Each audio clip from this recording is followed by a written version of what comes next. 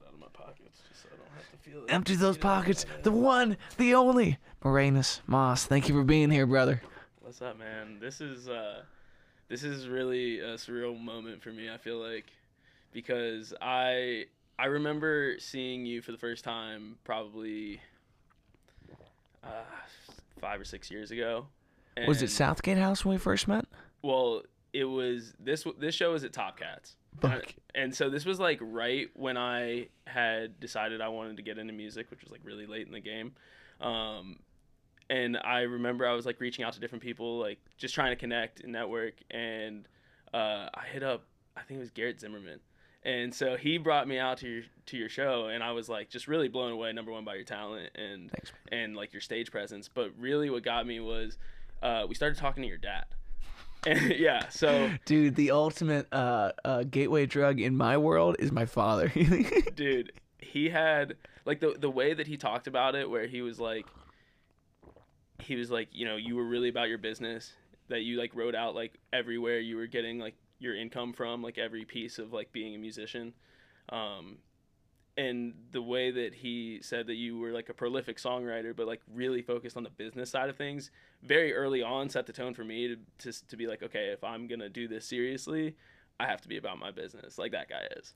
Well, and a lot of that's him, you know. It's not like I'm a kid that has that awareness. Dude, my dad asked me when I was 14 if I want to do this the rest of my life. And when I said yes, as any 14-year-old that's hyped about what they're doing, he's like, we got to get you an accountant, and we're going to start an LLC, and you got to start getting your shit together. It was rather intense. But then the other stuff's just fun. But it's hilarious how if I have to listen to him give his pitch about me, I'm like, oh, dude, I can't listen to this. You know, like because someone else frames it differently. He's reading from a different book in that. But man, you can't beg for supportive people in your life. Well, I think there's so many people who have that story of like, I wanted to be a musician and my parents said, no, you have to be a doctor or a lawyer or whatever, you know, whatever it is. And to have people in your life that are supportive, especially early on, I think is like such a game changer, because you don't have to then battle with this, like, is that my voice or my parents' voice? Yeah. You know, telling me that I can or shouldn't. And also, if it's well-intentioned, it's like there's a ton of people that are going to come into your life and support you, but you don't know if that's for their own gain or if they really just want to see you do well. It's like, I can't imagine intention more pure than that of a parent that just wants to see you succeed with your dreams in your life. So they've been definitely get up and go at it kind of people, my entire experience in this. So. Well, for me, it's interesting because I didn't grow up wanting to be a musician. I mean, I think maybe internally I did, but I didn't know it because I was an athlete. So everything that I did was baseball. And when did you find that, like, just the inkling of change starting to happen? So I stopped playing baseball when I was 20. I played in college. I had a good year. I hated going to school. I was like, you know what? This college thing isn't for me. I had a good season. I proved that I can play baseball at a high level. I ended up playing basketball there too, so I can say that I'm a two-sport collegiate athlete. Where'd you go? Clark State, small school up in Springfield, Ohio, middle of nowhere. That's cool, though. Yeah. It's a fun thing to be able to say. Why would you choose to walk on as a basketball player at that level? So who's like, I got time for this? Okay, so this is how this played out. I was always into like broadcasting and stuff. So I did in high school. I would do the broadcasting, play-by-play for the football and basketball games. Our school had like a TV network. So when I went to college, I was playing baseball, and in the off season, I would do the PA announcing at the basketball games. So halfway through the season, when the semester ends, eligibility comes out, and half the team is ineligible. So they're literally cut down to 5 players. And I jokingly am like, man, like, I'll suit up out there. And they're like, will you really? Like, I was like, I mean, shit. And so at the time, my grandfather had just passed away, and he played college basketball at Rutgers. So I kind of was like, all right, you know what, I'm going to do that and honor him. I'm going to wear his number. So that was a fun time. And so how many years of basketball had you played as a kid growing up? Well, I played like growing up until I got cut from the 7th grade team. And I ended up what a skip. And I got cut from the 7th grade, right? I ended up being like the team manager in 7th grade and 7th and 8th grade. And like I said, I did so I've always been around sports. I've always been like a huge sports fan. My dad was a big athlete. So that pretty much ruled my life until college. And so then I was I turned 20. I moved back to Cincinnati. I really was just like, okay, what now? And I ended up through a friend of a friend, basically introducing me to somebody. They invited me to go to this show that their friends were having, and they were phenomenal. The band was Mint Leopard, and so after the show, we're out back. We're talking to her friend. Her friend is the drummer, the first guy I meet, Justin Van Wagenen. He is a very important character in my life because he was like, "Hey man, like nice to meet you. We're having a party back at our house. You guys are welcome to come back."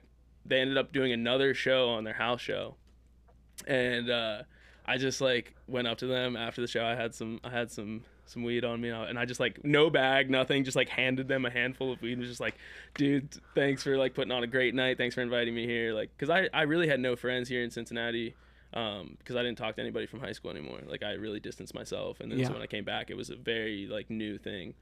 Was that because high school wasn't the best experience for you? Definitely, yeah.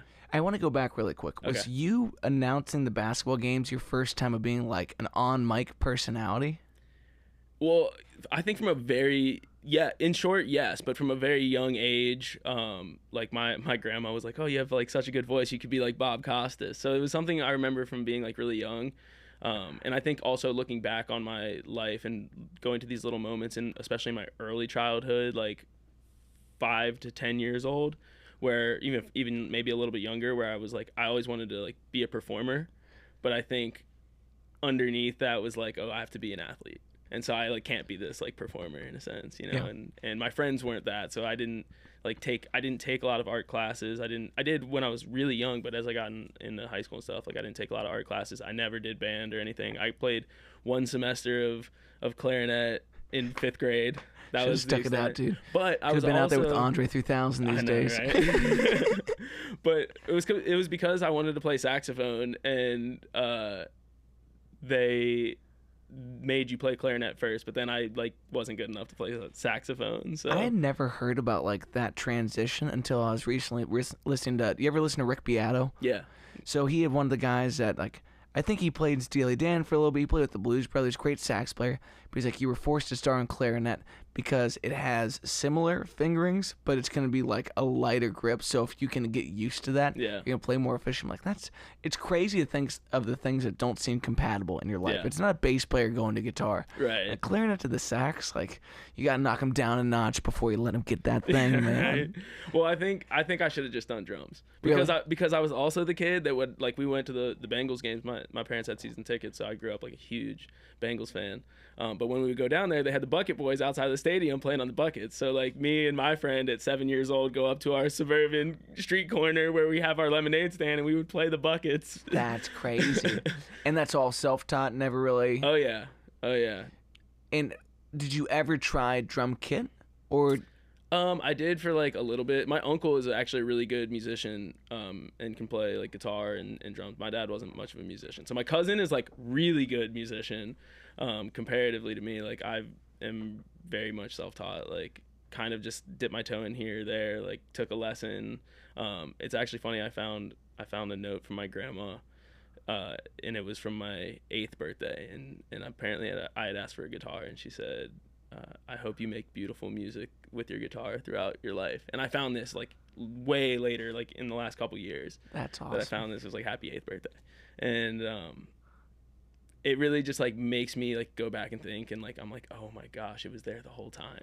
Like it was there the whole time that this was like, what like the calling was. Yeah.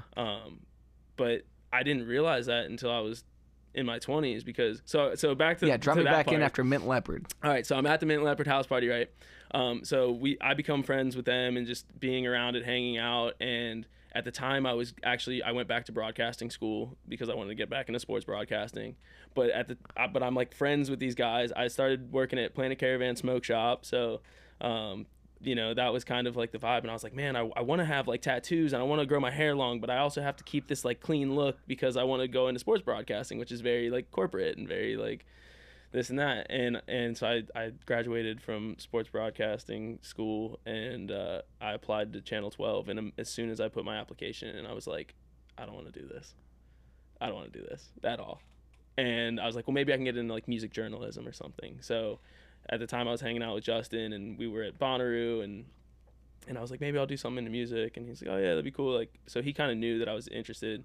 And a couple months after that, he's in another band called Jamwave, this reggae band. So I go to check their show out.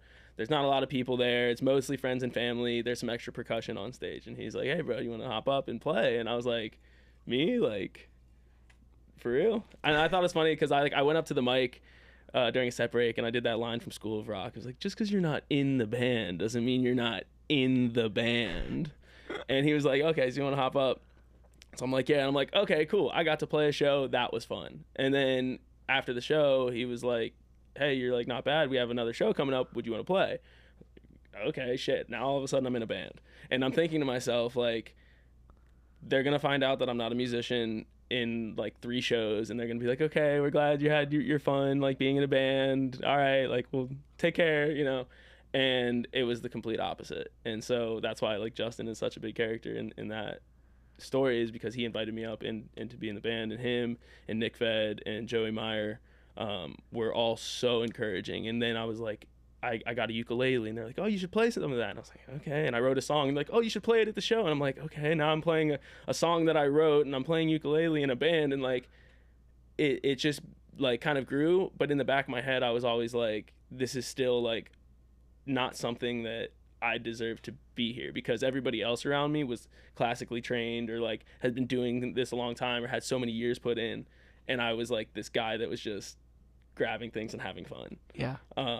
What was it like to step up to aux percussion too? Had you ever played like a set of congas or things like that? It was, I mean, like I said, Bucket Boys. I made everything a drum. It was like another moment that made me like think back to sitting in my mom's car and just having the radio on and just playing the steering wheel and the vents and like finding different things, like kind of taking that like stomp approach of like finding toys. So I think it was something that felt very comfortable for me.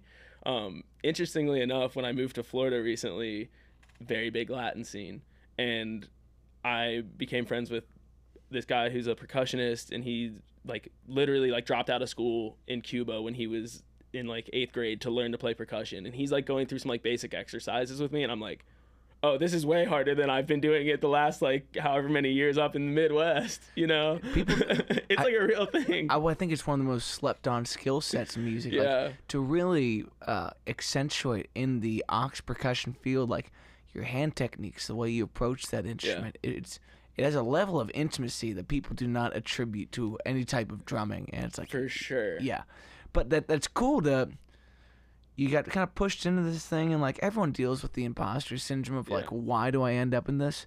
But you took the opportunity, you made something of it, and you got that inkling. But now to go back and to have an opportunity to pay respects to the thing, to actually learn it, and you already have this love of like, oh, there's no turning back at this point. I might as well get better at the thing.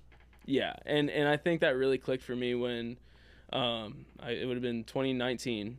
I went to a Tosh Sultana show, and with the help of a couple grams of mushrooms, sitting at the top row watching it, and I just like watched how the crowd all like moved as one, and it like clicked for me. I understood the connection between sound and frequency and community. It's like we can't help but to like this universal language, right? Babies tap their feet, babies will dance. Like we don't need this. We don't need to be like taught music, you know. It's inherent, and I think that really clicked for me, and I just like looked down and I was like, I think I can do that. And the person I was with was like, I don't know why, but for some reason I believe you. And I was like, all right. So I went back, and at the time I was managing Planet Caravan Smoke Shop's online sales and like Instagram marketing team, and I had a team of people, and was in, you know, I had a desk in the office, and was you know, fairly high up, and I was like, you know what, I gotta do this thing. And the owner, my boss, was also a musician, so he totally understood. He's like, all right.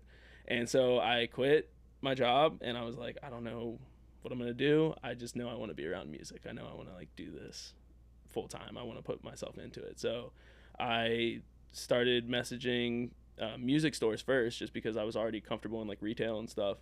And one of my homies, Garrett Zukas, who's like a rapper, he's living out in LA now. He's awesome.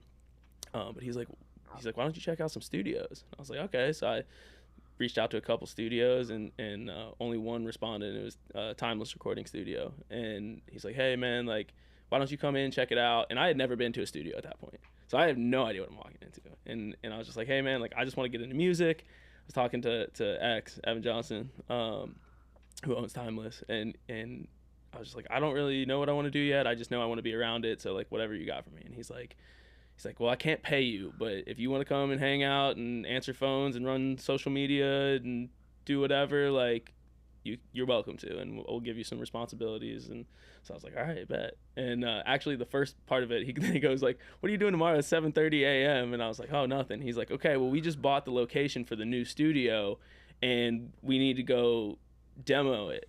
And this was an old funeral home with crackheads living in it. And I mean, it was like, he's like, oh yeah, there's some other guys from the studio. We show up, like, so we had to go in, we had to literally kick the crackheads out. And then my first couple months of like working at the studio was like doing construction, building this new studio. But it was so helpful looking back on it, because I'm like, oh, I understand how to build a studio now. I understand how you have to build the walls and how you have to run the cables and like all of these different things that like, you know, I never would have gotten. Yeah, to go ground up like that is wild. Yeah, so it was also like, have to interact with the former tenants of a funeral home. Like, what a weird place to set up camp. We showed up with a sheriff because they had been we had to literally evict them, and there was squad like, rights. Dude, he was out there. Me and Chris Turner, your girlfriend's babe. That was the first day I met him. Actually, he does all my mixes and all that.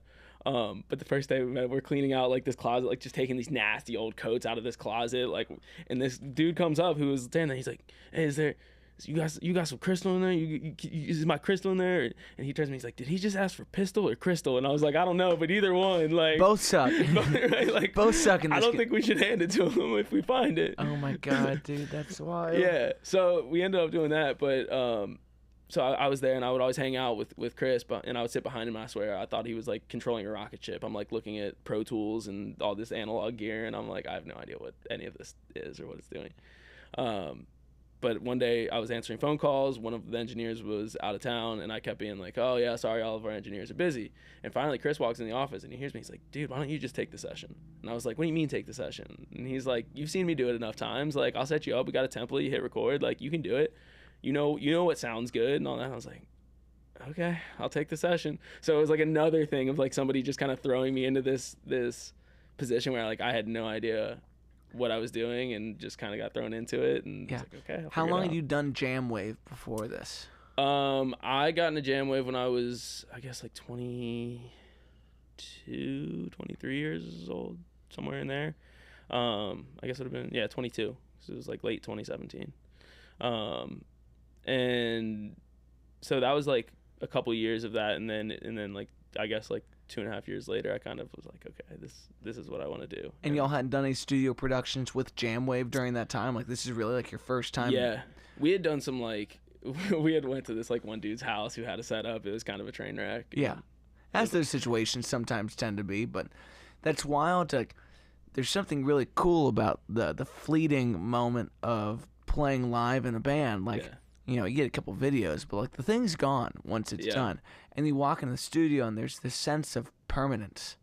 And it's like, you're going to hit print at the end of the day. Mm-hmm. Especially with a bunch of analog gear where it's like, that's a different kind of stressful mess. Like, okay, I'm not going to worry about compression and shit like that. Like, we'll do this after the fact. I'm not that guy. Mm-hmm. So what was that first session? My first session, being an engineer, I mean, it went smooth. It was a like hip hop R&B studio mostly, so I wasn't like dealing with like miking up instruments and a lot of that kind of stuff. It was mostly just people who were like come in and grab a YouTube beat, and like it was very casual in that sense.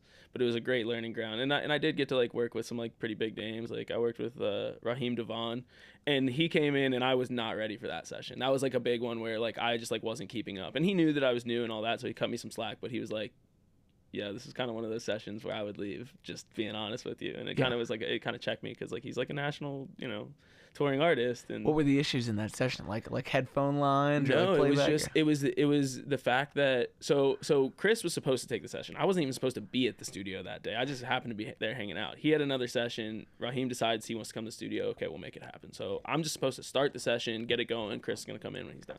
Right, so he comes in, and at that point, I'm like doing pretty well, and he's like, "I think you got it. Like, you could do it." And I was like, "Okay." And he came in at like 11 p.m. and this session ended up going to like 7 a.m. So this is like a really long session I was not planning on doing in the first place.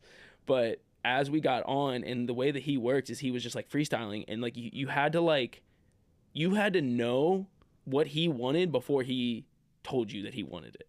So it kind of got to this point where he would like sing something and he would just like do this thing with his hand, like this was like keep it, or he would just kind of like do it again, and you'd have to know, like he wouldn't tell you, like, and then he would start just doing harmonies, and then I'm like, okay, I gotta like hear what he's doing, and I like I said, don't have any technical background, so I'm not like, okay, this is the third or this is the fifth or this is that. I'm just now I'm like in over my head. There's so many tracks. There's like now we're at like 200 tracks, and this is not the session of hey, pull up that YouTube beat, let me lay a freestyle. Yeah, on it. single vocal, then ad libs below. Right. Well, and like what a great those things are stressful, but what a great way to realize the instrument that person plays. And like I don't know how guys go in, they're like, okay, I'm gonna freestyle this entire session. We're gonna come out like I'm pretty sure like Lil Wayne like has to have someone write his lyrics out for him because he just tracked in the studio. Right. He never wrote that song. Right. He just did that song. So that's cool to think like you have this moment where this guy expects you to be intuitive, and you're like, I'm still learning the thing. Oh, yeah. So he cut me some slack, but it was definitely a wake-up call. Yeah. Like, oh, this is, again, another instance of, like, oh, this thing goes, like, way deeper. Yeah. In these intricacies. Well, just to jump forward a little bit, do you ever write like that now? No. Okay. You never sit in front of a DAW and ad-lib and freestyle and whatnot? My writing process now is usually I'll make the beat, and then I'll actually like I'll bounce out the instrumental. I'll have it on my phone, and I'll go outside and sit on my porch or like walk around in my backyard, and I'll write outside of the studio. Okay.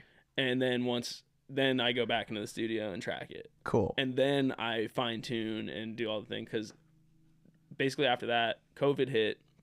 I was working at Timeless. COVID hit, and I was like, okay, there's not really like studio shit going on. So I ended up like being on Instagram, and I saw this guy who's doing like 4-hour long demo critiques and stuff. And I had made a couple tracks in the studio at this point, and I did one at an open mic, and it was like people were coming up to me like, man, this is a hit, this is a bop, this shit's radio ready, all this stuff. And I'm like, it is? Like, I don't know any better. Like, okay. It was like the first song that I ever recorded in the studio. Yeah. And I ended up submitting it for this demo critique, and the guy plays it and he turns it off in like 3 seconds. And he was like, just so you know, this would never make it to my desk. Like, this would not even come close. Like, he's like, I'm going to listen to the rest of it so I can give you notes, but like, just so we know, like, I know right now that this song is not it. And so then he listens to it and gives me feedback and all that. And I was like, fuck, man. Like, okay. What are like, some of the bigger pieces of feedback from that you really held on to? Just the level. And so he has this club, the Billboard 500 Club. And I was like, all right, I'll sign up. He knew it. And I think I knew it internally. Like, I knew that it was like, I was like, nah, I don't, like, this can't be it. That was my first try in the studio, and people are telling me it's a hit. That doesn't seem right. And so it was like I resonated, and other things that he was talking about, I would listen to his live streams and stuff, and I was just like, oh, this guy thinks like I do. So that's Adam McGinnis, who is my mentor now. He's been my mentor for the last almost 5 years now, and he brought me in, and I didn't know how to produce or anything, and so I ended up signing up doing like a production course from him, and I was like, are you gonna be able to help me, like, if I've never like actually opened up a DAW before and like really tried to produce? And he's like, I mean, it'll be tough because like you don't have any of like the basics to even get there, but I'll help you out. And that was in 2020, like that was 2020, 2021. In that time, like I remember sitting in COVID and like writing out what notes were and writing out scales, and then being like, oh my god, a chord is the 3 notes together, like, and that was like not that long ago. Yeah, dude, I feel like that. Do those revelations, are they required? No. Like at this point where you have like your first recording and people are saying like they can feel the energy behind the thing you do, and I remember these moments like when I had seen you with Jamwave, when I had seen videos of you with Jamwave, there was this progression from I'm in a band to I am a front man. Yeah, well, I owe that to them, honestly, because I just kind of like was like, oh, I want to sing, and they were like, okay, let's do it, let's get some songs for you to sing. And so and I think I also, like, at the time I was, you know, in my early 20s, and some of the guys are a little bit older, and Jamwave at its core is like family friendly, feel good music. But at the time, I think for myself, I wanted to make it edgy. You know, I wanted to bring something. So I would get up there on my songs. We were playing like, you know, I'm jumping on the table and I'm like going all out, being that front man, because that's like the one song that I'm gonna sing that night, or like maybe like a couple, and you know, I'll have like a rap verse in one, and it kind of grew from there. But yeah, once I hit that, and I had that feeling of like, I remember being on a table at Lucius Q. And actually, Jordan Frank was there, and he's in the background of some of the videos. And I remember that because like he's like walking out, and then I jump on the table, and he like turns around, and he's like, "Oh shit!"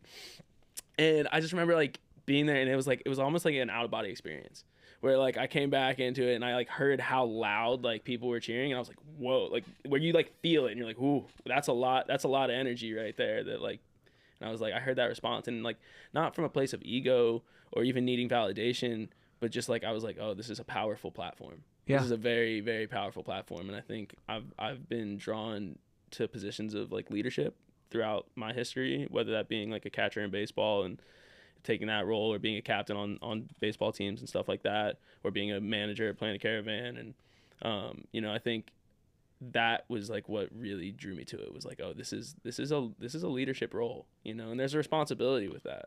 Yeah. Because you have a lot of people who are looking at you, a lot of people who are going to respond to you, you know. Well, it takes a level of boldness to get up there and do that thing, and like, you don't seem like a guy that rests on what you know you're capable of. It's like, well, if I'm sure about that, then let's push a little bit. Let's get into the unsure category. It's like, I don't know if this table's gonna hold me while these people are sitting there, but we'll fucking find out. Right. And you're also like, you have strong charisma in both the I guess I want to say venues of it, like interpersonal, 1-to-1, or I can put you up in front of 100 people, 200 people, and you're going to go for it, you know? And it's got to be a great moment where you feel that click, and over the next couple of years, developing this ideal of yourself where you're able to be in the front, be free to that thing. Yeah. Like, you get all these reminders, whether it's the note from your grandmother on your 8th grade birthday, or the time where you're behind the mic at a basketball game and you are taking that crowd past the energy of the game into this new place of like true entertainment. Mm-hmm. So after these experiences in Jamwave, did you have that kind of thought process in the studio, or were you kind of gun shy for the first couple times in the booth? I didn't really know what I was doing, so like, it just. I worked on a 5-song EP. My grandma had given me some money. I was like, to go buy a guitar, and it's actually the same guitar that I still use. That's awesome. But I bought like a Bose S1 Pro. I was like, I'm gonna go perform. I'm gonna do these things. I'm gonna get in the studio. Blah blah. She gave me $1,000 to put into like an EP. That's I was like, awesome. Okay, so I'll do this EP. So I did. I recorded 5 songs, and they were very, very different. They were, you know, one of those songs was the one that I played that got shot down. There was another one that was like a folk song, another one that's a rap song, another one that's like a punk song. It was all over the place.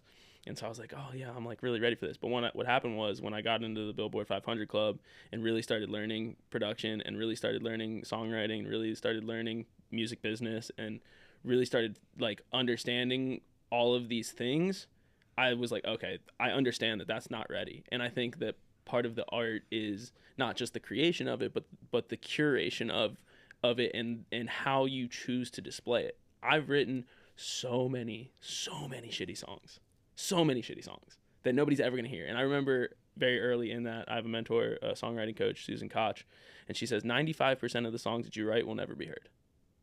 And I was like, oh, okay. Like, then this is normal, and it's my job to filter through whatever is coming through me to go, okay, this is good or this isn't. And that's taken a long time to like refine that.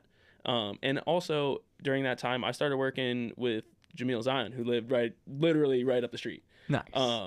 And there was a point in time where my dad bought this house, and we were building it. We were building a studio in it, and I was not homeless, but essentially homeless. And I would crash at Jamil's house. And so we, right up the road, like wrote a bunch of songs, because we had this hip hop duo called Pure North. And so, I mean, we were up till like 4 a.m. on these calls, doing like sync camps and pitching to executives. And every time it was like, oh, this is good. This is something. It's not quite it. It's not quite there. It's not. We did one show. It was cool, but it felt a little bit forced. And I think, so Jamil came up, school of performing arts, Berklee College of Music, like, so like spending time with him, like, and coming from a very musical family, like, he's like really, really, again, like, I'm in a duo with somebody who knows so much about like jazz and all these things. And I remember like him telling me about like the 1-4-5 and all that, and like one of our first conversations, and I like didn't understand any of what he was talking about. And then fast forward to like we're working together, and I'm like, okay, now we're having the conversations. So I picked up a lot of like training through that, and like surrounding myself with people who are better than me, and just getting lots of feedback, pitching my songs and being told no, playing demo critiques and being like, oh, like here's like it's pretty good, but it needs this, and that. To now, I'm like, well, really what happened was Jamil decided that it wasn't working for him, and he moved to Dubai. So then I'm sitting there by myself, like being like, okay, I've been in a band, I've been in a duo. The one solo thing I tried to do was terrible. Like, I don't really know what I'm doing, but I gotta kind of figure it out. And so I started doing like a more hip hop project because that's what I was more comfortable with at the time, and that was getting some attention, especially from sync reps and stuff, and which is a lot of the songs that were like that. And they're like, oh man, this is dope. This sounds like Jack Harlow, and I'm like, yeah, but I don't want to sound like Jack Harlow. That's not me, you know? And so then I had this thing of like, do I go down the route of what people are telling me they want and what the market needs and like fulfilling that role? Or do I say, you know what, I'm not going to get my time and energy to that right now. I've done that for a couple years of like writing to briefs and doing those things and not landing most things. Like I had a couple placements, but like most of the things that you make a song, we're up for 2 days straight working on a 48-hour turnaround, we pitch it and you never hear anything back. But to say, you know what, let me go back in and find my own artistry. And I sat in the studio by myself. I didn't ask for collaborators. I didn't ask for like beats from other people. And I sat there and I was like, okay, what would I do? What was the first thing I would grab? Okay, the guitar. Or I would beatbox. Or what's in front here, grab this mug, like tap that, start there. Oh, I don't want to grab an instrument. Let me start with my voice. Let me just lay something down and then see what happens and kind of build it out almost like a looper, but just kind of doing it that way. And that's where I found the most authentic like version. I mean, I remember like getting that first song and being like, I think that's cool. I would listen to that. And especially like it kind of comes in waves where like you do it and you like make a couple songs and then you make the next couple songs and you go back and you listen to the old songs and you're like, yeah, I still fuck with that. That's like, oh, that was dope. I didn't even realize that I used that tool that I learned about, but is now just ingrained into the way that I write and the way that I produce. These little tricks of the trade kind of thing.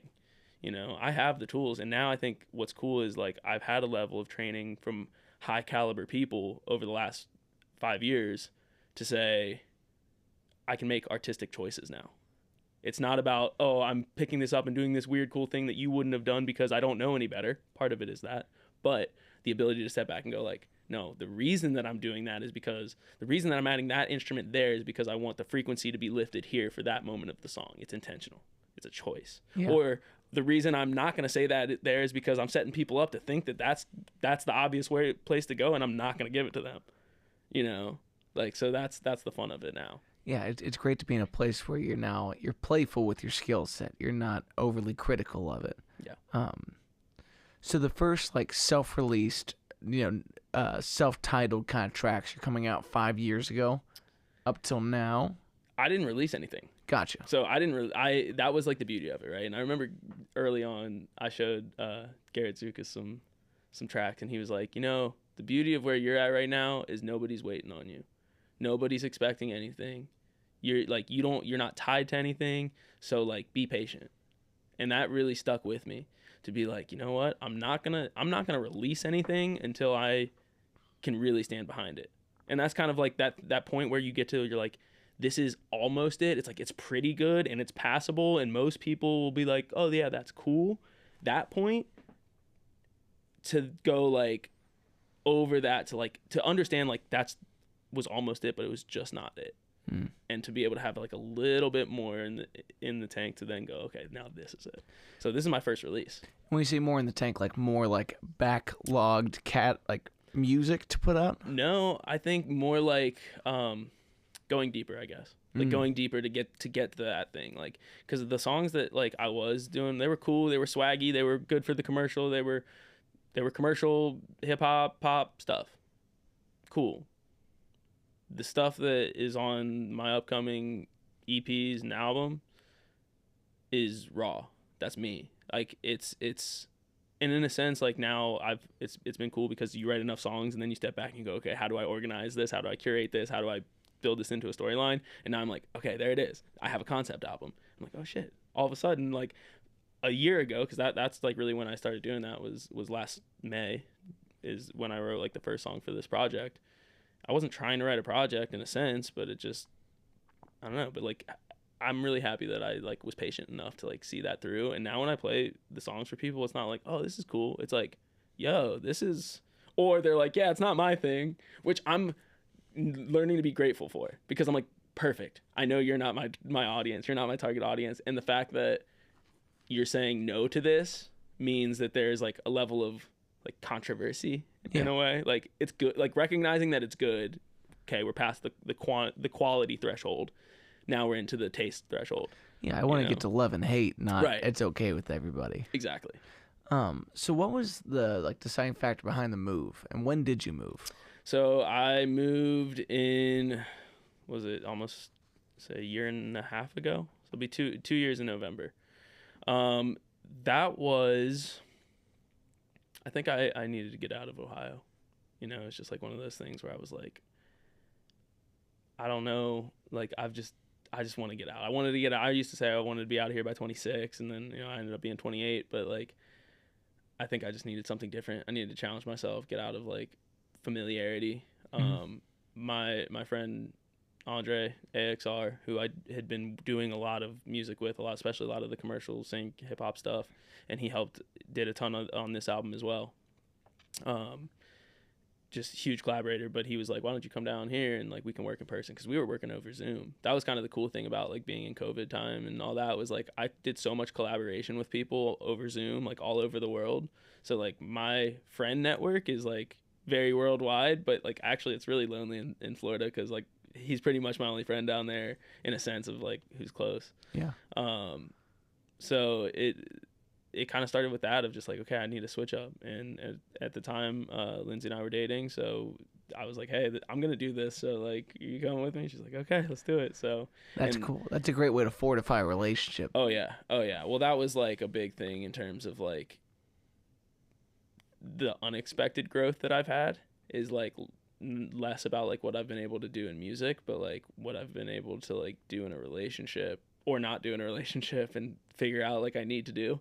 And just like growth as like a man, you know, and as an adult. Like I just turned 30, and like it doesn't really mean anything to me, because especially because I'm surrounded by so many people who are a lot older than me and are doing their thing successfully, and it started a lot later. I don't feel like the pressure, but I do feel like there's like a certain level of maturity that I've like been like, okay, the things that I was doing in my 20s aren't going to work in my 30s. Yeah. You know, the ways that I was behaving then is not going to work anymore in this new thing. So it's been a challenge in a good way of like personal growth for that move.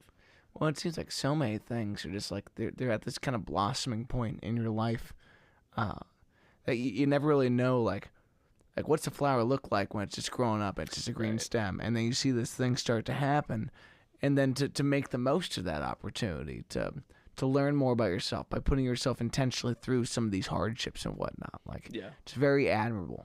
Yeah, I mean, it's I'm not going to sit here and say it's easy, you know, like we definitely, you know, I'm not going to like talk too much about my relationship, but I'll just say that it is a challenge worth doing, but a challenge nonetheless. Yeah, I mean, I just got married. It's like that's such a different chapter of my life. But I also feel like when you find someone that knows you at that level of intimacy, it's like they will bring your best self to the surface. Yeah. And if you start to question whether that person's the one or not, zooming out and saying, are they pulling the best of me through this?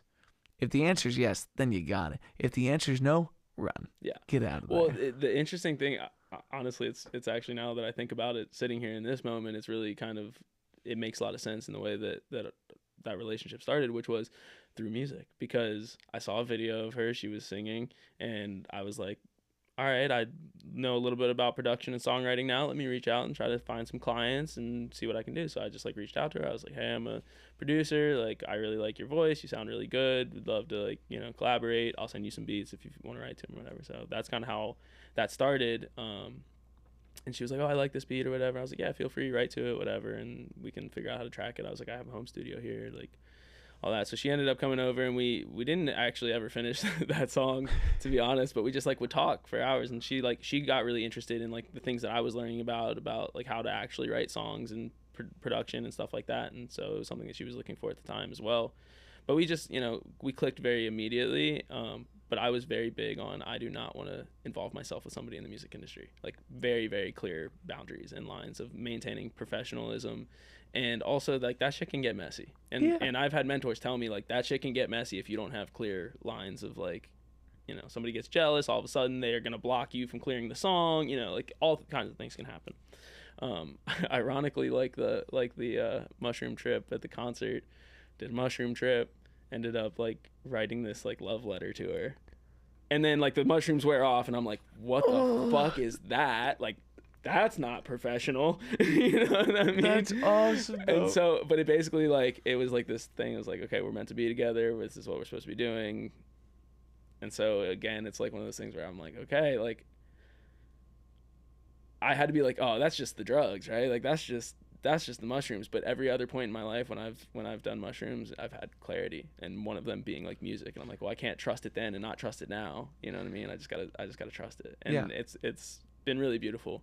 I think there's similar experiences in the way that it's like, it's euphoric, it's very free, but it's leading you to something. Like sometimes you write something and you try to give yourself this idea like, well, that's not the truth, but like it's cool. And you start to really look at it and you're like, maybe I'm being more honest with myself in my writing than I am in my own thought process. That's a really good point. That shit's eerie. Like I'm sure you've had similar experiences where you write something that may not be for you now. Yes. It's you from a year now, 2 years from now. You look back on that material and it's like, oh man. Well, to speak to that, we just recorded the last song on my album at Legacy Studios. Awesome studio, awesome, environment. Great people. They said to say hi. Eric Shepard's an angel. Yeah, he was super cool. But ironically, the song that we recorded, which is the last song on the album, it's really stripped down. It's guitar. Originally it was just gonna be guitar, and Nick Fed from Jamwave ended up coming through the studio and laying some piano on it, and I was like, okay, that's cool to like bring him back in, kind of full circle moment. But really stripped back, which is very different than like what the rest of the record is. Like the rest of the album is very heavily produced and a lot of like very like vocal effects and just a lot of saturation, where this song is like really stripped down and more raw. But the song was written 2.5 years ago. And at the time I was doing the hip hop stuff, and it was just kind of this thing where I like went in the other room, grabbed a guitar, played the song. I was like, oh, I wrote this song. And it was like, okay, cool. All right, well that's a song, but like I'm doing this thing over here. This doesn't fit. 2.5 years later, it's the closing track on the album. Would you play that one for me? I don't need to. I can. I would have to. So I tune. Okay, this is some like little insider stuff, like just weird shit that I do. And when I say it, people get really confused. I tune to 417 instead of 440. Okay. So like how like people talk. 417 is a big dip. It is, but like people go to 432 or 444. Like I've heard of that, right? Like, and so I'm kind of into that like frequency, and like finding like healing frequencies and stuff. I think just in general, sound and frequency is a very powerful thing. But 417, which is a solfeggio frequency for the people who know what that is 93 cents down from 440. So it sounds like it's actually just a half step down. Close, not quite. Yeah. But what I do is I'll play my guitar at 417, but I'll like produce around it in 440, a half step down. So like, you know what I mean? Yeah. So it just really ends up being kind of a half step down with some rub. Yeah, there's an interesting grind there. Yeah. That's if it's intentional, it's very cool. And if you want to retune it, great. If you'd rather play one of your songs that's in standard, I can play that one. Okay. My voice is not warmed up at all, but we could try it. If there's one that you'd rather do than that, I just feel like the conversation kind of led us here, and I'm very curious. I'll play it. All right, cool. Especially if it requires a weird tuning. Yeah. Yeah, take your time. Do you have a snark? With like a thing that I can set it to 470, or I can just go half step. Let me look really quick. I'll be right back. It's got to be the super snark. I have something that might. Or something that has like very accurate tuning. Yeah. I know I'm difficult. Hey, you're okay.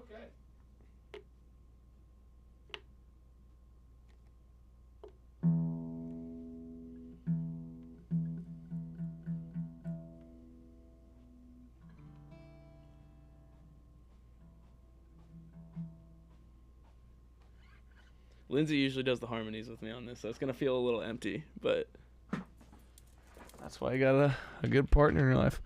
Oh, this is crazy. Wait, is this not gonna... Okay, this one won't go to 417. yeah, that's the problem. All right, I'll just play the other one. That's cool. Okay. I can play the other one. I'll play the one that just came out. Cool. Which I gotta think about now, because like it's a different, like it's the same hand placement, but usually I play it with a capo and a half step down, so now I'm like, okay, like it's usually here, now it's here, so I have to like do a little bit of thinking. Dude, that's... Let's see if I... Let me get this guy set up for us, too. Oh, I should probably plug it in, right? That's always beneficial to the listeners and the friends. Let me make sure I got that guy running right.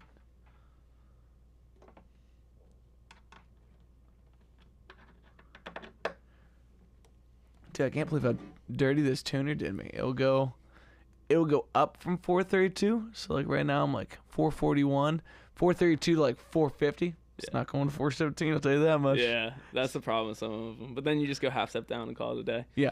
But it's interesting because I had a friend track piano to one of the songs, and he's like, "This sounds so weird." He's like, "This is like in the middle." And so like to the trained ear, they can hear it. Yeah. They can perceive it. Like I can't really perceive it, and most people can't really perceive it. But they're like, "This sounds so weird."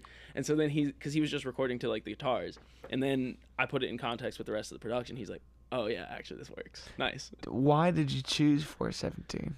I think because I felt like it was more palatable than 432 because it's closer to a half step down, so it's not quite as noticeable, and it kind of ironically, like, you don't have to run into those, oh, okay, everybody has to tune to 432, and you can kind of just be like, I just play half step down from like what I'm playing. Yeah. Like, you know. But so you're toying with it, and you were you in the tuning? You said that's right, and then checked, and it's 417, or did you choose that? I chose it, yeah, Okay. because a couple years ago I got big into like solfeggio frequencies, sound healing, that kind of stuff. Yeah. And 417 is one of the solfeggio frequencies. So which basically are these 9 frequencies that are supposed to be. Does that relate to like solfege, like sight reading, like? No, I think I mean, maybe there's some root in like the language of it, but not. Okay. No. And so like when people do sound bass, you get your bowls out and things like that. They're usually tuned to solfeggio frequencies. What are some of the other frequencies? It's 174. So everything all the digits add up to either 3, 6, or 9, or 3, 6, 9, or 12, which would be 3. Dude, that's gonna it's make, like a whole thing. It's gonna make me do math. I know. It's like there's like 528. It's like 417, 528, 639, 741, 963. There's like a couple of them. So the other thing that I'll do in this thing of like, I'm giving you a lot of like little inside details for people who care about it. It's really nerdy and it's fun. But all those healing frequencies, I actually take the pure tone of that frequency and I'll put it in the production.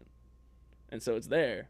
So it's just underlying. Oh, I always love that when people do synth parts. Like, there's a lot of like great funk records where it's like when the chorus comes in, he's gonna go a high octave on the one and just let it ride underneath. Yeah, it's just, I do that all the time too. I take the root note on a high synth, and pretty much all the productions are gonna have that. And I usually use the same sound too. I'm kind of a lazy producer when it comes to that. Well, they're also like they're feeling undertones. Yeah. Like you don't just hear the you do. It's sensorily, felt, not heard. Yeah, exactly. Well put. Yeah. I heard a similar thing to like. This is really getting in the weeds, but some guys, they take drone notes for the pitches that they want their toms at for a drum kit. And that drum is just going to have a really tight gate on it. So you hit the rack tom, and it's going to be like 220, 110, on like 80. Yeah. Like really dialed in. And it just opens and closes. Yeah. So it's not like we're worried about you tuning the drum. We're just worried about you engaging and opening that gate so this drone comes out and the rest of the time you don't hear it. But it's like, bam, it's there every time. And it's this thick-ass note. Yeah. It's like, that's kind of cool, man. Yeah. I love getting into like the little details of, because now I'll say what my mentor says. He's like, be a cunt for details. Nice. Be like, I did wear this hat on purpose. This is not a family friendly show. Yeah, I'll tell you that much. Actually, I got this hat at that first Tosh Sultana concert because it was in Cleveland. We went to the Rock and Roll Hall of Fame the next day, and I got this hat at the Rock and Roll Hall of Fame. That's awesome. So was there a particular exhibit that was your favorite of the Rock and Roll Hall of Fame? I liked a lot of like the old, just like the, I don't know, man. I feel like the first time I went, they had Jimi Hendrix's couch, and I was like, that's fucking crazy. It was just a lot. I think I felt like really inspired. I was also, on a mushroom hangover. So I was like there, but I was like, still, I think I was still digesting the revelations that I had from the night before, and being in a place like that, it's like. Fun fact for musicians, if you give them one of your CDs or a piece of merch, they let you in for free. Really? Yeah. Oh shit! I can do that now. I'm qualified. Dude, you're more than qualified. I got music now. I give them the same CD 3 fucking times. I'm like, let me in. I got 7 people with me. Do they put Let's it on go. display? They No, sell they your just CD? take it. I'm sure they catalog it to some extent. Where like, if we need this, we're gonna have. Right. And they're like, what if someone does blow? They're like, they gave us the same CD 41 times. Like, what the fuck's wrong with these people? Some ignorant shit. Dude, that's awesome, man. How much music do you have out? Like, I've taken down a decent amount of stuff, so maybe I have like 10 songs out, 11 songs out. Okay. Yeah. Why do you take songs down? I took songs down from when I changed my name. Gotcha. Yeah, things that were like a younger version of myself. There's pre-weed Matt, and like his shit kind of sucks. There's some songs I still really love from that era, and I've thought about putting out some of that music, but it wasn't really reflective of where I was at now. So sometimes I think about going back and putting out some of these tunes as like a compilation of that whole formative period of my life. But it was so much similar to your story. It's like, there's a time where I was doing it, but I didn't know who I really was in that. And I wouldn't say I exactly know these days. Maybe I'll take everything down again. I don't know. But I'm a lot more committed to this bit than I was to that bit. Yeah. And I think too, like once you get to that quality threshold where you go, okay, this is a good starting point, like then it builds off of that. And like the prerequisites aren't necessary anymore. Well, at that time I was recording everything in Nashville with like top tier bands and like really good producers, and the quality factor was there on their side, but wasn't there on my end. So now I've kind of flipped it where it's like, no, I'd rather play this with my band in my parents' basement, but I believe in the quality of the work more than I did then. I also think people relate more to the DIY setup nowadays because they're so used to seeing like most of the content that people see is like iPhone footage and like iPhone mic recording and stuff. So I think it also is like a good representation of the times that like we aren't used to, as a society, we really aren't used to like super polished sounds anymore. I think in some ways we are, but it's like super polished feels artificial at some point. Yeah. Super polished and analog and clean, like that'll always have like sex appeal. Sure. But there's something about like thing, though. That's a frequency thing. It definitely is. Like good warm tape. Oh yeah. Yeah. Like why do we love those records so much more? Like there's something eerie about the grease of that guy's fingers picking up that spool and putting it on there, man. I don't know. But in a way, like that's not polished, right? Like that's grimy sounding like vinyl. Like, you know what I mean? Yeah. And you look at some of those studios and you're like, dude, you can hear the cigarette smoke, on these mics and just the waves they've worn out and whatnot. That's the beauty of it, man. Like, that's what gives it its texture. I think that's why vinyl's back. It's because having something in the room making the frequency feels so different than just hit and start. It's like, well, that's what I mean by like it's a frequency thing. Like when it runs through the tube versus like runs through ones and zeros that are supposed to emulate the tube. I thought when you said the tube, you meant us, and I was like, dude, that's deep and funny. Be like, man, I'm just pushing blood through the tube right now. Never mind, that comes off way worse. Fuck, that one's not right. We'll talk about this. You play your song because I'm excited about that. All right. Listen, I hope I don't fuck up too much because I haven't played it very much recently. Is the tuner still on there? I'm not seeing the signal on mine. Yeah. Click the tuner off on there. There we go. Cool. Ooh, I can hear myself.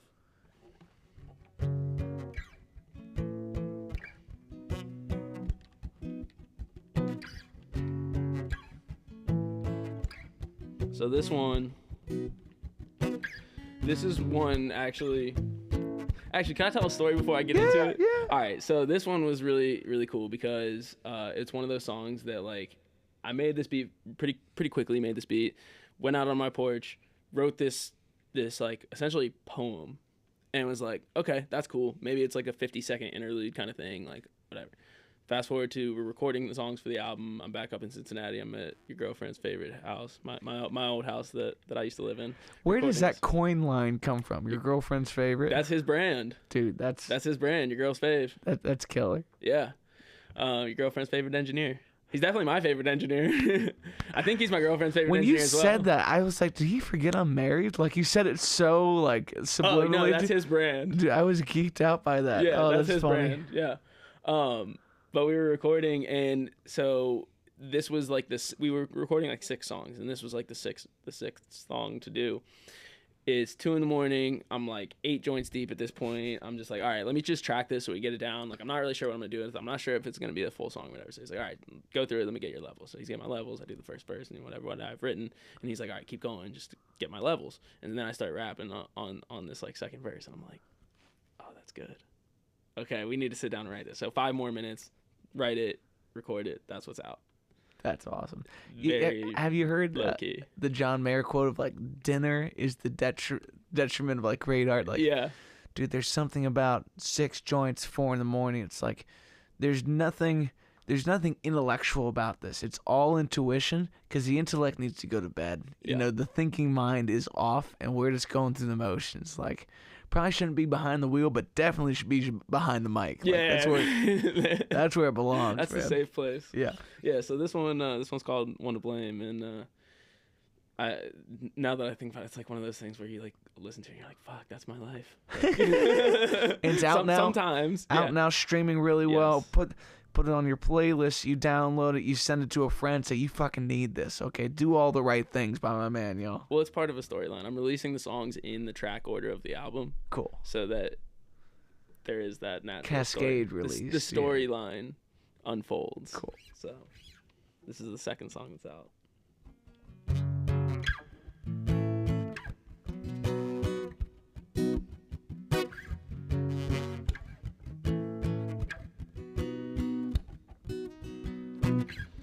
Ten fingers wrapped around my neck, holding tight to the 9 lives I got left.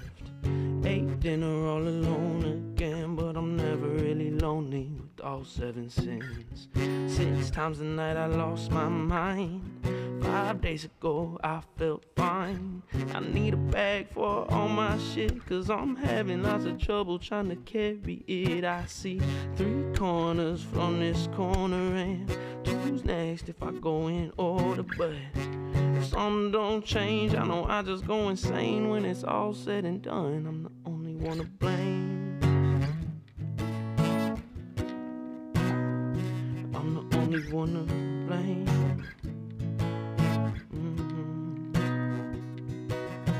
One night I got too fried, fucked up all 3 of my eyes. I went blind for a while, wasted all my time. 5 a.m. falling asleep, just to get back up at 6 and repeat. 7 days of the week, I made a mess out of me. Started feeling the heat, 850 degrees.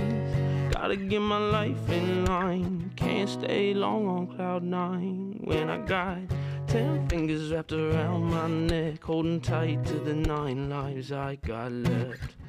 Ate dinner all alone again, but I'm never really lonely with all 7 sins. 6 times a night I lost my mind. 5 days ago I felt fine. I need a bag for all my shit, cause I'm having lots of trouble trying to carry it. I see 3 corners from this corner, and 2's next if I go in order. But if something don't change, I know I just go insane. When it's all said and done, I'm the only one to blame.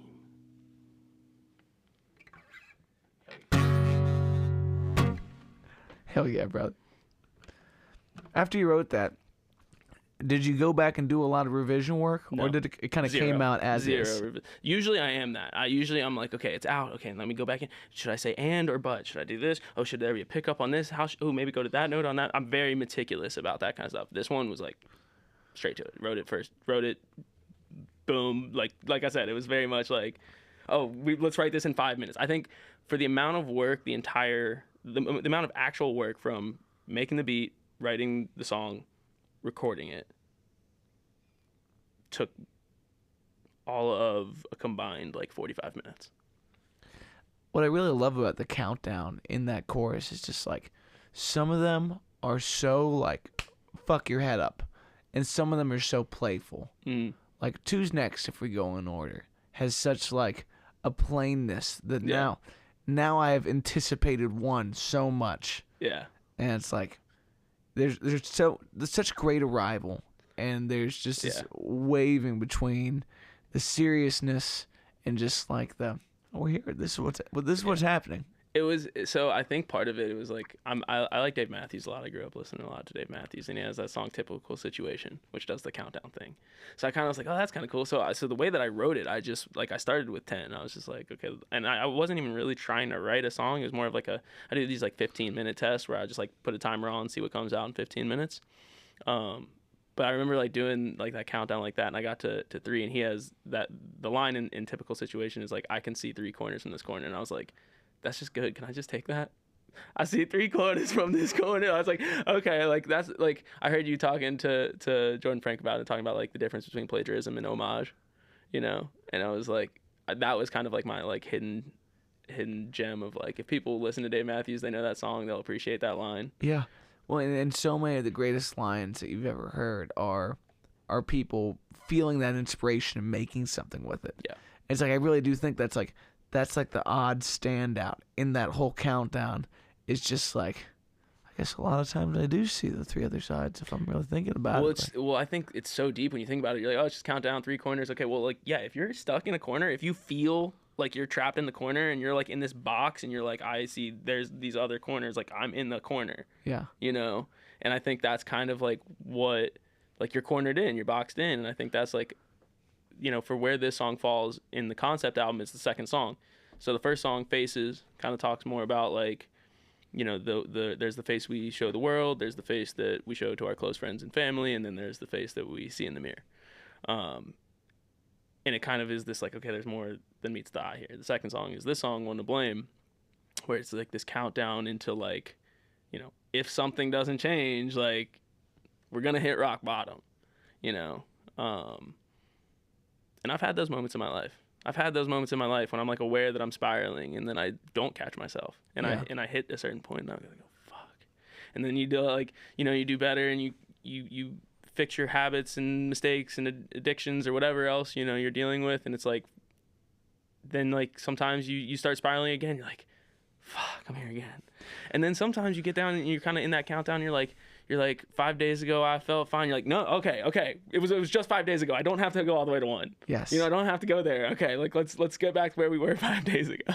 Dude, that is great too. When you can make art that's so honest with yourself that almost becomes references for your own mental health, you know? And a lot of this that I'm talking about, it's like these are just things that I'm thinking about in the moment now. Like I'm just realizing these kind of things. Yeah.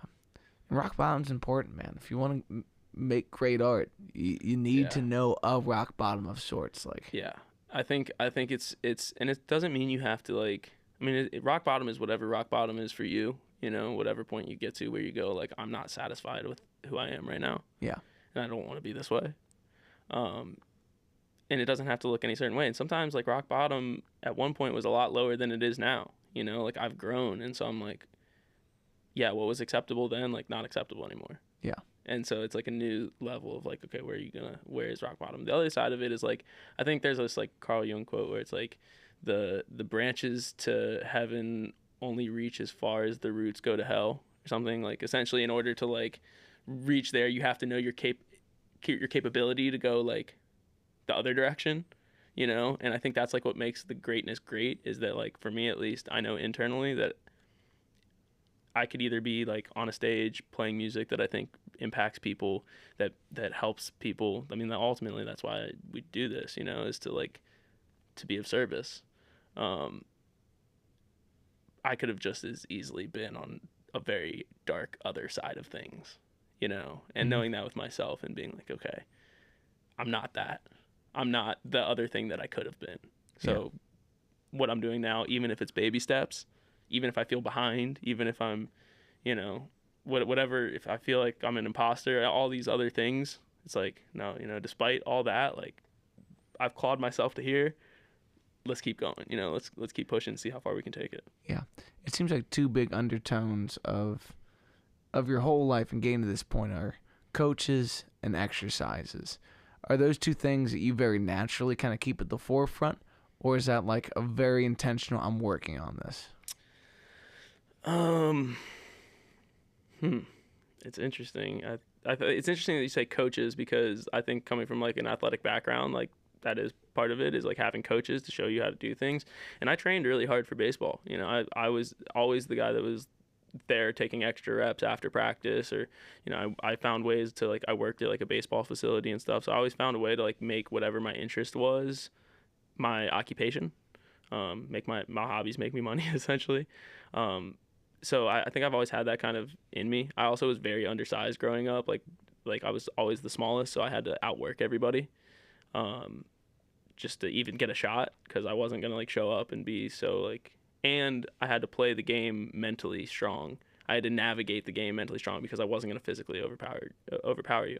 So I think how that translates now to my music is like, okay, I know that I'm not the best musician.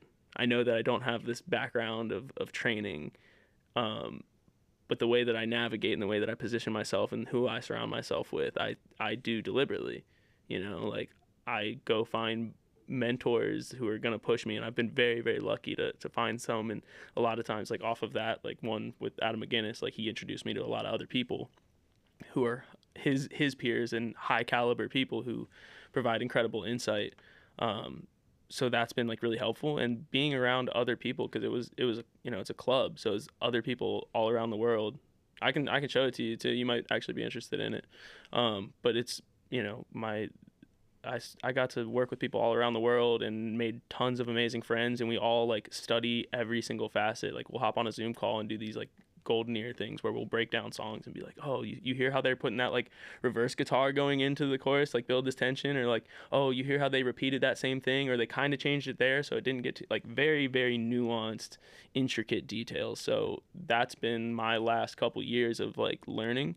So I've had a lot of opportunities to get that exercise, and it's been a space like we do weekly sync camps where we'll get a brief, and I actually run them now, which is cool, because now I'm on the other side where I can like give feedback to other people as well. But we go in groups, people hop on Zoom calls. In 2 days we have a listening party, we get feedback, and then a couple days after that there's like a bigger listening party. And then those songs oftentimes are the ones that are like getting pitched to executives and stuff for either like sync opportunities or even to like labels and A&Rs, just to like, you know, for people who are interested. Yeah. So I've been really, really fortunate with like being able to position myself with people that are just like way out of my league. So now I've just been really exposed to a lot of things of how to navigate. Well, it seems like it's the coaches and mentors that lead you to the exercises that you really kind of guide your day on. Do you write out what's going to be a part of your workflow today? I'm doing 15 minutes of just kind of free writing. I have this brief I got to get to. Or is that just, as the day comes, I'm just going to make sure I do a couple of these? I do better with structure. I don't always use it. So I tend to, I know that, like, okay, I'm going to get in the studio. I know that I'm going to get in the studio. If I'm going to write, if I'm going to produce, if I'm going to work on an old track, if I'm gonna write to a brief, if I'm just gonna work on a new track, like, I kind of decide how I'm feeling, as long as I don't have like things, deadlines. I kind of go with like, okay, do I feel like singing today? Do I feel like writing? Do I feel like producing? And a lot of times I go in like waves of like, for like a week or two, I'm like in production mode, and then I'll like try to write, and I'll write from melody rather than from lyric, because I'm thinking like a producer. I'm like, oh, it needs to be these notes. This is these sounds, these vowel sounds. This is what needs to happen there. And then I have to go back in and like plug in the words that fit that.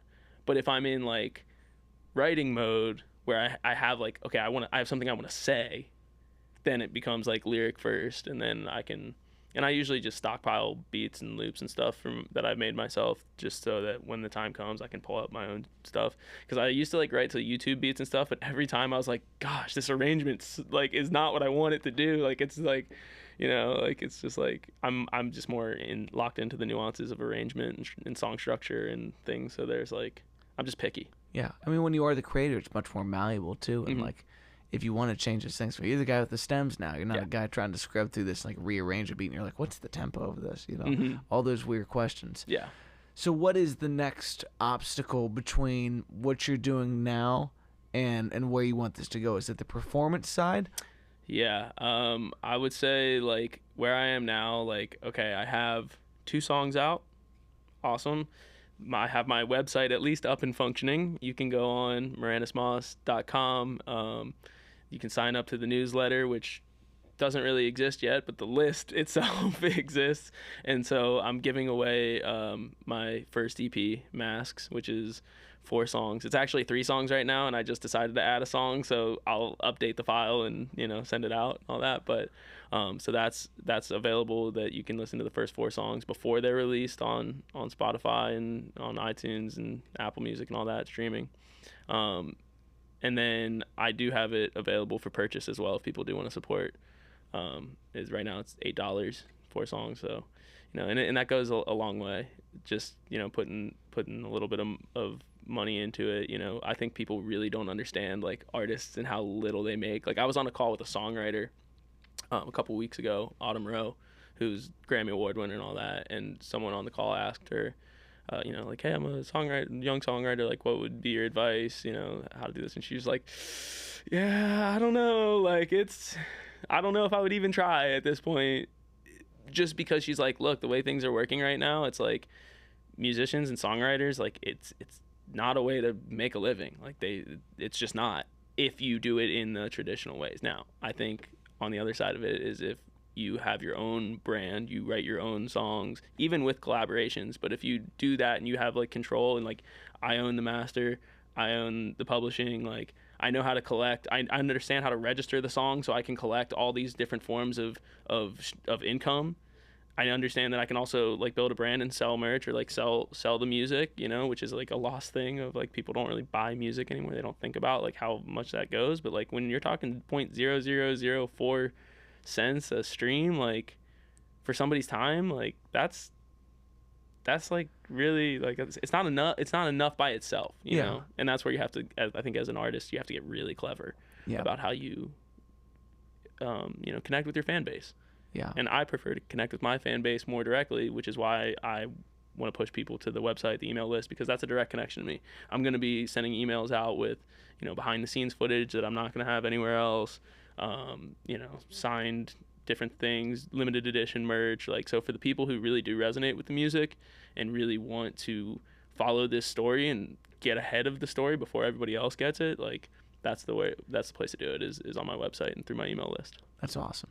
Yeah, I think there's an element of, you teach people how to treat you, whether that's friends in your social network, co-workers, or what, for lack of a better word here, is a customer.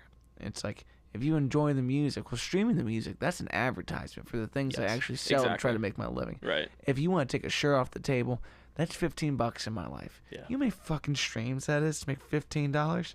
I don't want to even get into the number. It's upsetting. It is. Because then I'm paying to get on playlists to get streams that make me nothing. I am paying for advertisements to make streams that make me nothing. So at the end of the day, I'm flipping lighters because butane does me well. It's like, right. We're glorified t-shirt salesmen. Like that's what it is. We got to go do this song and dance to advertise to sell the t-shirts. Dude, I always thought that PacSun was just the most fulfilling type of retail. No, I'm kidding. Fuck PacSun. It's just like whatever you gotta do though. It's cool though because it does give you, like, I've now taken like, I think some of our peers in the space go, yeah, man, I just love making the music, man. I just want to make music. I don't want to have to do this, the content. I don't want to have to sell the merch, and I don't want to have to do the email list and all that. I just want to make the music. And it's like, okay, yes, but if you can open up your art focus and say, okay, well, what else is art? Art is also video creation. Okay, that's content. Art is also fashion. Okay, that's merch. Like, art is also business. You know, that's how you run your back end. Yeah. You know, your networking, all of these different things. It's like you can have an artistic approach to all of these things that make you a more well-rounded artist, not just a musician. Yeah. You know? Well, and some of it is a job, and enjoy your work. You know, make yourself appreciate the little things that get you to the table. It's like, this show is directly affected by the fact that, like, I don't want my social feed just to look like me begging you for the 1,000th time to pay more attention to me. Having someone like yourself on, it's like, I enjoy watching your story. And I think the people in my life would enjoy what you do. Because you can go watch your favorite Netflix series. It's going to get canceled. At some point, it's going to be over.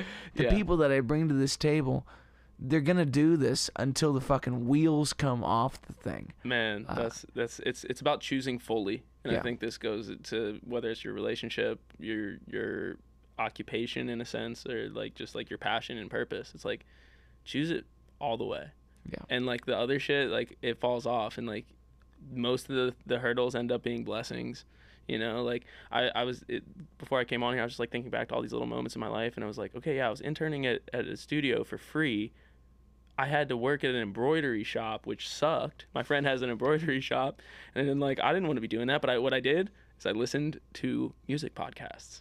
So I'd be up there like, you know, doing the printing press or the embroidery thing, and it kind of taught me a little bit about merch. So it ended up kind of being like still in the lane of like things that are relevant to me now.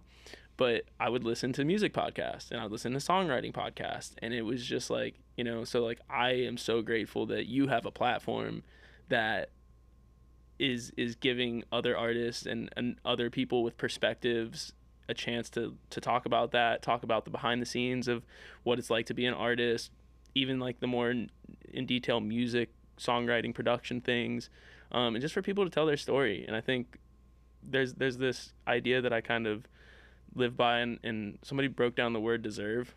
They said, if you look at the word deserve, it's Latin de serve, of service.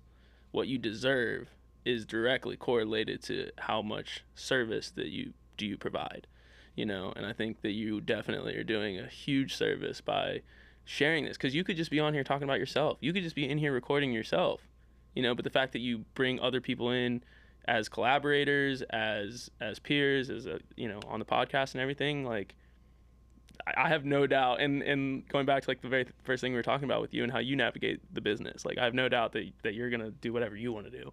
I appreciate that, brother. So, I'm back at you. Appreciate it. You got to be really aware of the kindness and the type of person that's around you. And we're closer now than when you ever lived here. Yeah, ironically. In a couple of hours, you've made a really strong believer out of me before we sat down today. But it's just another reminder. It's like, I see your mission, brother. And I know the things that you're going to bring to people's lives is unlike anyone else. So that's why motherfuckers tune in and follow this man. His details are going to be in the description. But anytime you're back around, brother, we'll get together. Yeah, we'll do the same in Florida. Let's do a show. I would love that. Let's do a show. Let me know. Is there anything else you want to plug while we're on? No, just go to my website, meranismoss.com. Sign up for the email list. You can follow me at meranismoss.music on Instagram, TikTok, all that stuff, YouTube. I'm starting that up. I don't have a lot of stuff up right now in terms of content, but it's coming, so it's good. Lock in early. All right, friends, squeeze somebody who needs it. Quit buying Hallmark cards and have a great fucking day.